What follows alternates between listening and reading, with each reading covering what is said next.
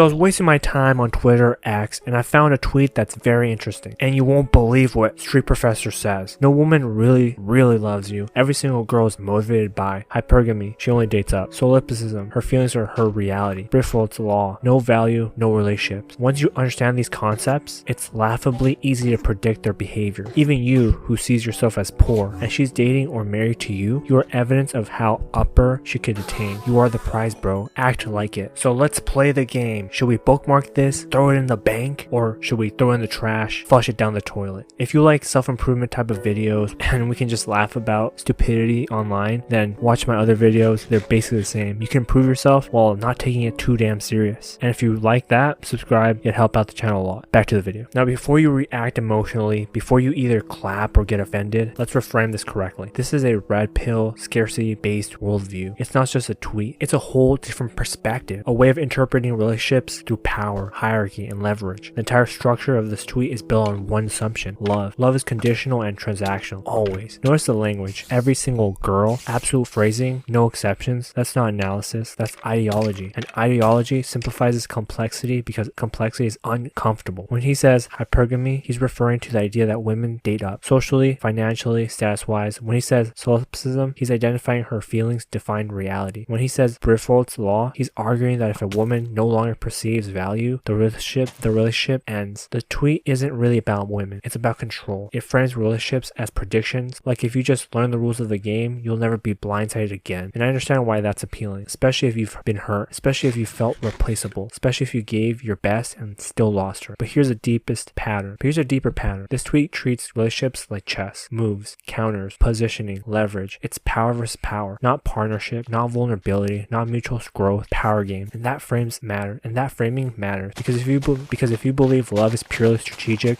you'll behave strategically. You'll test instead of trust. You'll perform instead of connect. You'll calculate instead of care, and that changes the kind of relationship you attract. Now let's ask the real question: is this truth or is it hurt talking? There's a difference. Truth tends to be calm, hurt tends to be loud. Trust leaves room for nuanced takes, hurt speaks in absolutes. Think about the first line again. No woman really loves you. That statement doesn't come from abundance. It doesn't come from someone who feels secure. It comes from someone who feels betrayed or disillusioned. And when pain isn't processed, it becomes philosophy. That doesn't automatically make it wrong, but it does mean we should examine the emotional source behind it. Now here's something people don't talk about. When someone adopts a worldview like this, it can feel empowering at first. It gives clarity, it gives structure, it removes uncertainty. Everything is about value and hierarchy, and all you have to do is increase your value. Simple, clean, mechanical. But human connection isn't mechanical. Yes, attraction involves value. Yes, status and confidence matter. Yes, people are influenced by social proof. Those things are real. But reducing love to nothing but leverage ignores attachment philosophy, ignores attachment psychology, emotional bonding, shared adversity, shared history, and the reality of pair bonding. Long-term relationships are built through co-regulation, not competition. And here's the part, and that's the part tweets like this leave out. Another thing to notice, this tweet shifts your focus outward. It makes you analyze women's motivations instead of analyzing your own identity. It makes you obsessed with predicting behaviors instead of building stability. High-level men don't sit around trying to decode female nature all day. They build competence, they build options, they build emotional control. And ironically, when you're actually grounded, you don't need to believe no woman really loves you because you're not terrified of losing one. There's also a subtle psychological trap. If you fully believe this tweet, every time a woman expresses love, you'll doubt it. You'll look for a hidden agenda. You'll assume she's calculating your value, and that assumption will leak into your behavior. Suspicion changes tone. Tone changes dynamic. Dynamic changes outcome. Then when the relationship fails, you'll say, see, I was right. But was it prediction or self-fulfilling prophecy? That's the uncomfortable question. Now let's zoom out even more. Why are messages like this so popular right now? Because uncertainty is rising. Dating apps amplify comparison. Social media exaggerates status gaps. When you see endless highlight reels of men with money and women with options, it's easy to interpret relationships as markets, and markets feel ruthless. So ideology becomes armor, but armor also blocks intimacy. And here's the part nobody says. Acting like the prize doesn't mean believing nobody can love you. Real prize energy isn't defensive. It's steady. It's self-sufficient. It doesn't need to declare superiority. It doesn't need to downgrade women to feel powerful. Confidence that consistently announces itself usually isn't secure. So instead of asking, are women hypergamous? Maybe ask, am I building a life I'm proud of? Instead of asking, can I predict her behavior? Ask, can I handle rejection without collapsing?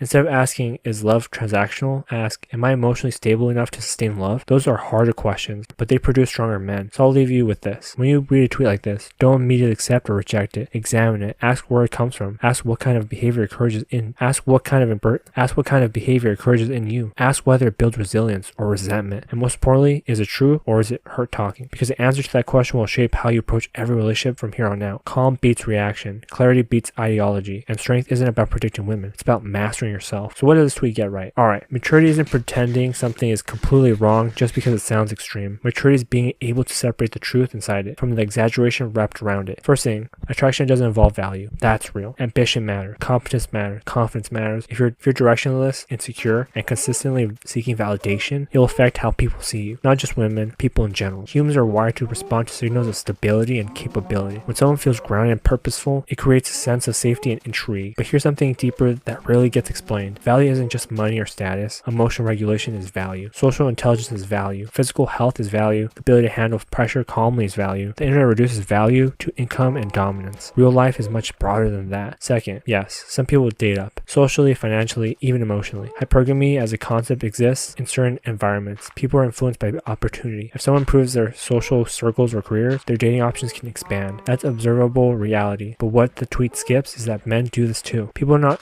just women, often seek partners who reflect growth. Dating up isn't always replacing someone. Sometimes it's about aligning with who you're becoming. That nuance matters. Third, people absolutely respond to how you carry yourself. Energy affects perception more than most people realize. The way you walk into a room, whether you make eye contact, whether your voice shakes when you speak, whether you apologize excessively. Those micro signals communicate how you see yourself. Here's the key. Most people mirror what you project. If you behave like you're lucky to be chosen, you'll often be treated as irreplaceable. If you behave like you're grounded and selective, people tend to lean in. That's not manipulation. That's social psychology. Humans calibrate to perceive status cues consistently, but confidence isn't loud. It's relaxed. It doesn't rush responses. It doesn't over-explain. It doesn't chase closure. That's the level most guys never develop because they're focused on theories instead of internal control. Fourth, self-respect changes how others treat you. This one is powerful. If you tolerate disrespect, inconsistency, or emotional chaos, you silently teach people that it's acceptable. Boundaries aren't about controlling others. They're about communicating standards, and standards filter dynamics. When you genuinely respect yourself, you stop arguing for attention. You stop trying to convince someone to value you. You become willing to walk away from situations that don't align. And ironically, that willingness often increases attraction. Not because you're playing hard to get, but because you're not desperate to keep something misaligned. Now let's talk about the last line of the tweet. You're a prize, bro. Act like it. There's something psychologically useful there. If you've ever been over-invested in someone who wasn't matching your energy, shifting your internal frame from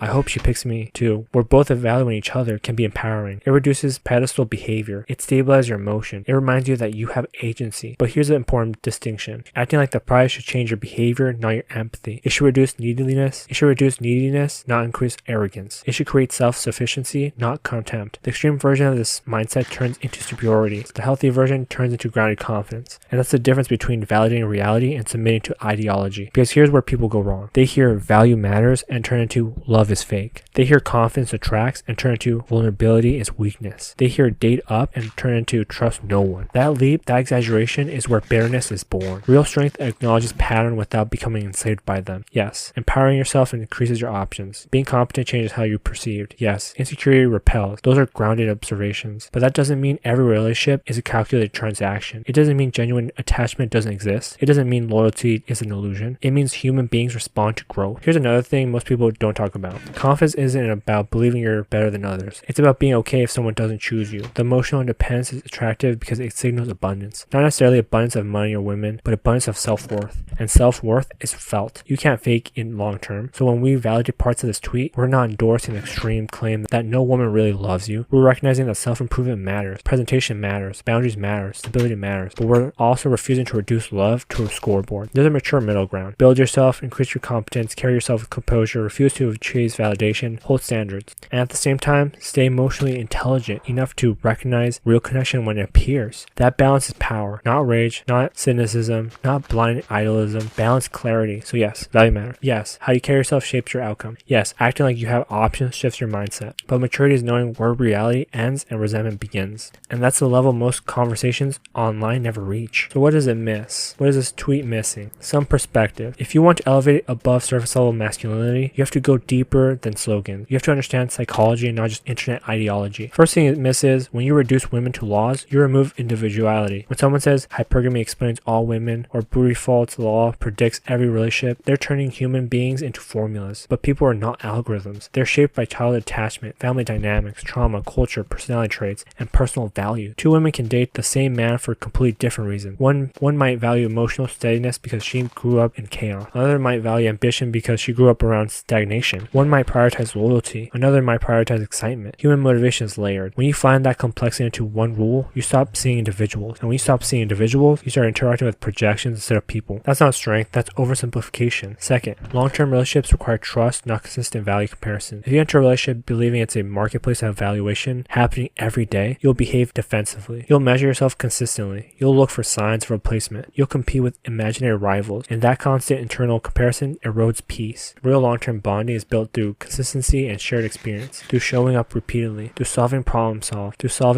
together, through building inside jokes, memories, and resilience after conflict. Those things don't show up on a value scale. Trust is what allows vulnerability, and vulnerability is what deepens attachment. If both people are consistently calculating who has more leverage, intimacy never stabilizes. Third, emotional safety often matters more than status. Status can spark attraction. It can open the door, but emotional safety is what keeps someone there. Emotional safety means they can express insecurity without being mocked. It means they can communicate concerns without fear of punishment. It means disagreements don't threaten the entire connection. It means your presence feels grounded, not volatile. From a psychological perspective, humans bond strongest when they feel secure. Attachment theory explains this clearly. People gravitate towards partners who feel predictable and emotionally stable. A man with status but unstable moods creates anxiety. A man who moderates status but strong emotional regulation creates calm. A man with moderate status but strong emotional regulation creates calm. Calm builds attachment, and attachment is what people mistake for love fading when it's actually safety disappearing. Fourth, confidence is not dominance. This is where internet masculinity gets confused. Dominance is outward control. It's about asserting power over situations or people. Confidence is internal stability. It's about not needing to assert power to feel secure. Dominance can look impressive short term. Confidence lasts long term. Dominance can look impressive short term. Confidence lasts long term. Confidence means you don't panic when challenged. You don't escalate small disagreements. You don't need to win every argument. You don't feel threatened by someone else's success. You don't need constant reassurance because your self-worth is externally anchored. That internal stability is what actually tracks emotional healthy patterns. If your version of being the prize means controlling dynamics or testing loyalty consistently, that's insecurity disguised as strength. And emotional mature women can feel that difference immediately. Fifth, viewing love as purely transactional sabotages connection. If you believe someone is only with you for value extraction, you will struggle to open up. You'll guard your emotions. You'll hesitate to invest deep. You'll prepare for replacements that are building permanence. That guarded energy is felt. Relationships require risk, emotional risk. If you remove risk entirely by refusing to trust, you also remove depth. And without depth, the relationship becomes shallow by design. It becomes exactly what you feared, transactional. Here's a psychological irony. When you expect betrayal, you behave in ways that makes closeness harder. When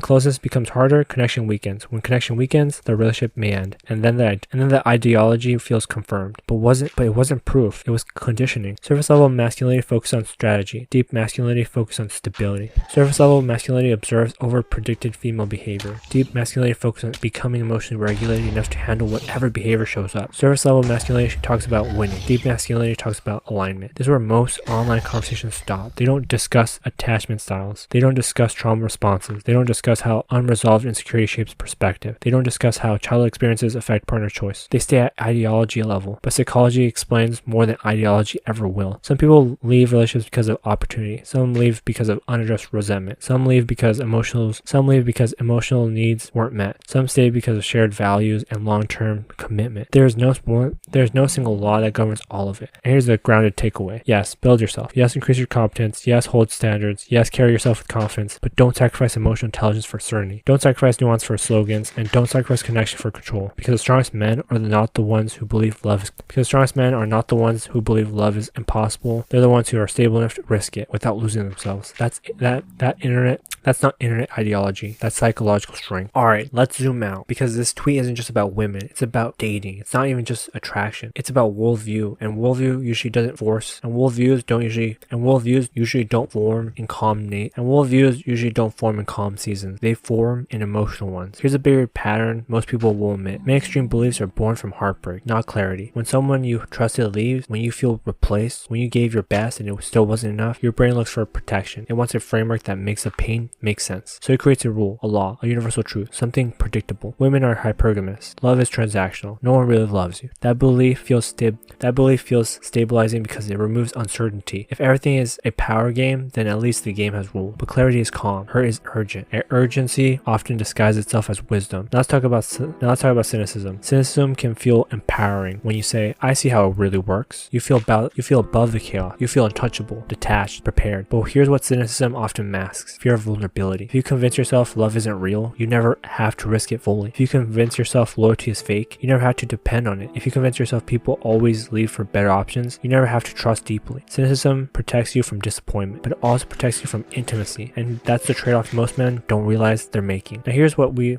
reframe masculinity. Growth isn't about beating women. It's not about over-maneuvering them. It's not about over-maneuvering them. It's not about predicting their psychology. It's not about staying 2 steps ahead. Growth is about being solid. Solid is your routines. Solid in your routines. Solid in your finances. Solid in your emotional reaction. Solid in your boundaries. Solid in your identity. When you're solid, you don't need to decode every female pattern behavior. You don't spiral when someone pulls away. You don't obsess over whether you're being evaluated. You don't need to win. You don't obsess over whether you're being evaluated. You don't need to win. You respond, you adjust, you move forward. That's strength. High value men, the real ones, are not sitting around all day trying to predict women. They're building businesses, training, learning, expanding networks, managing responsibilities. They don't center their identity around female validations or female distrust. They center around competence. And here's something that most guys misunderstand. Obsessing over female nature is still censoring women.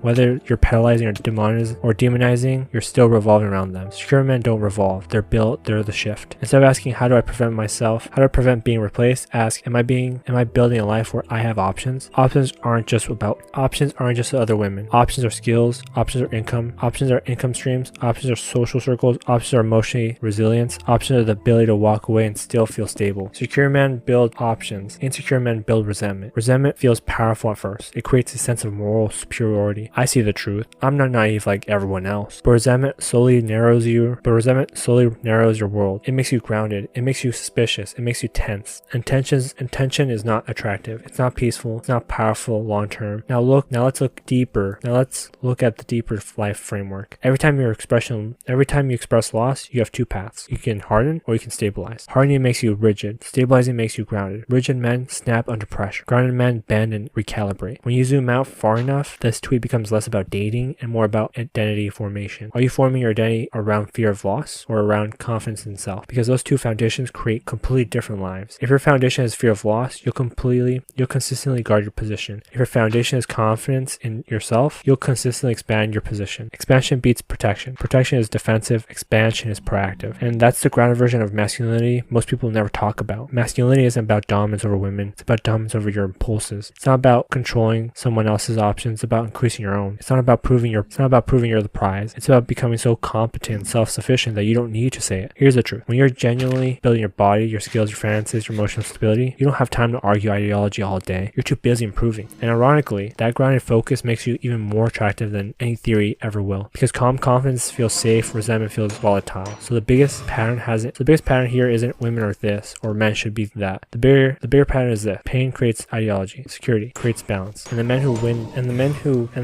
win long term aren't the ones who memorize female psychology laws. They're the ones who become stable enough that female psychology doesn't destabilize them. That grounded masculinity, self-sufficient, measured. That grounded masculinity, self-sufficient, measured, expanding, not bitter, not reactive, not obsessed, solid. And when you're solid, you don't need to predict every outcome. You trust yourself to handle whatever comes your way. Now I want to make this personal for a second because it's easy to sit here and analyze ideas. It's easy to break down ideology. It's easy to talk psychology. But let me ask you something real. Have you ever believed something like this after getting hurt? Be honest. After a breakup, after being ghosted, after watching her move on quickly, after feeling like you invested more than she did. Have you ever sat there and thought, yeah, maybe this is just how women are? Most men have. And that doesn't make you stupid. It doesn't make you human. It makes you human. When you're hurt, your brain wants certainty. Pain feels chaotic. Rejection feels personal. So your mind searches for a clean explanation, a rule, a pattern, something that turns confusion to logic. And that's when black and white thinking becomes seductive. It's easy to fall into it. All women are like this. No one really loves. If I ever just had more money, she wouldn't have left. She upgraded. That's all it is. Black and white thinking feels strong because it removes ambiguity. It gives you something solid to stand on, but also removes nuance. And when you remove nuance, you remove growth, especially when you're young. Younger men often interpret rejection as proof of ideology. You go through your first serious heartbreak and suddenly everything becomes evidence. Every social media post becomes confirmation. Every podcast clip becomes validation. Every story from your friends fits into the same narrative. It feels like you discovered the truth. But sometimes what you discovered is just your first experience with emotional pain, and first experiences are intense. When you haven't dated much, when you haven't seen different personalities, different dynamics, different relationship outcomes, it's easy to assume one situation represents all situations because experience changes perspective. Over time, you meet women who are loyal, women who communicate directly, women who stay their struggle, women who stay through struggle, women who leave for valid reasons, women who leave for selfish reasons, women who surprise you, women who disappoint you. You start realizing there isn't just one type of woman out there. And here's something that most people don't admit. Sometimes she didn't leave because she dated up. Sometimes she left because you were emotionally unavailable. Sometimes she left because you were inconsistent. Sometimes she left because you weren't aligned long term. Sometimes she left because she wasn't ready. And sometimes, yes, she left because she found someone who fit her current life better. All of those possibilities can exist at once. Attraction is complex. It's influenced by timing, by emotional maturity, by life stage, by past trauma, by family models, by self-esteem, by ambition level, by stress, by personal growth. It's not a single lever called value. And people are complex. They contradict themselves. They grow. They regress. They're scared. They get scared. They self-sabotage. They stay too long. They leave too early. You've probably done some of those things too. That's the part we rarely include when we talk ideology. It's easier to categorize others than to examine ourselves. And I'm not saying you haven't been genuinely wronged. Some people do act opportunistically. Some people do replace quickly. Some people do chase status. That's real. But here's the mature shift here. Instead of asking, what does this prove about women? Ask, what did this experience teach me about myself? Did it expose insecurity? Did it show you where you overinvested too fast? Did it show you that you ignored red flags? Did it show you that you tied your identity too tightly to one person? Experience, if processed correctly, matures you. It proceeds emotionally, it hardens you. And there's a big difference between maturity and hardness. Maturity makes you calmer, hardness makes you colder. One builds wisdom, the other builds walls. When you look back at past relationships, when you look back at past heartbreaks from a few years later, they rarely look as absolute as they felt in the moment. The intensity fades, the narrative softens, you see your own blind spots more clearly. That's growth. And growth requires you to admit, I was hurt. And in that hurt, I might have believed something very extreme. There's nothing weak about it. What's weak is refusing to evolve. So I'll ask you once again, not to challenge you, but to connect with you. Have you ever believed something like this after getting hurt? If the answer is yes, you're not alone. But don't freeze your worldview at your lowest emotional moment, because attraction is layered. People are layered, you're layered. And the more experience you gain, real experience, not just online content, the more you realize relationships aren't wars to win or markets to dominate. They're reflections of who you are at that stage, reflections of your standards, reflections of your emotional stability. And as you mature, the reflections change. That's the part that builds wisdom, not ideology, not slogans, not absolutes. Experience, reflection, adjustment. That's how perspective deepens. It's how you move from reacting to understanding. So if none of this is making sense to you, or you want a little bit of clarity on your situation, and you want to talk through it and find a conclusion and how you're going to progress in life, maybe a life plan or something like that, go fill out the Google Docs.